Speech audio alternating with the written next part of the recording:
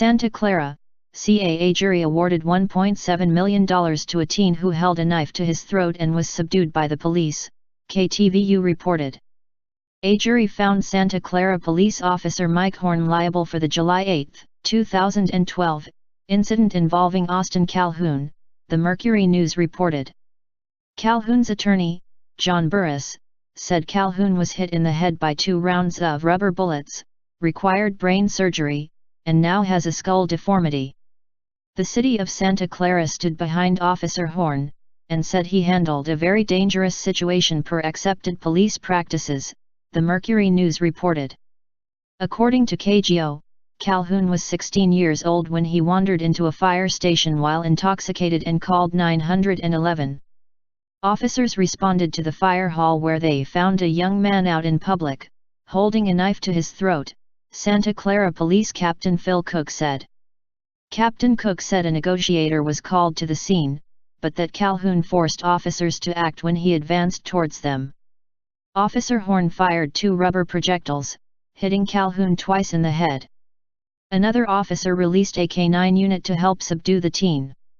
The projectile impacts caused Calhoun's brain to swell, and led to emergency surgery to remove a portion of his skull, KGO reported.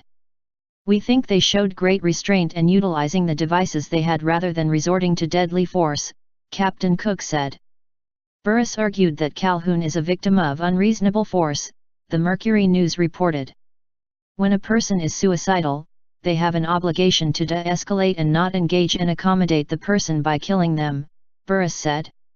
Just because they're suicidal doesn't mean you should do it. You're supposed to save lives, not take lives.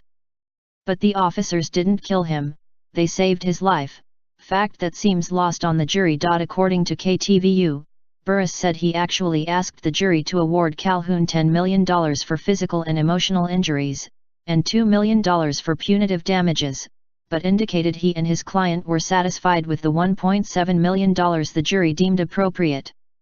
Sadly, it seems that money is the only way to force the police to stop unnecessarily killing and injuring citizens who are suffering from mental health issues, Burris told the Mercury News. The conduct of the officers was outrageous, and Mr. Calhoun was fortunate to survive.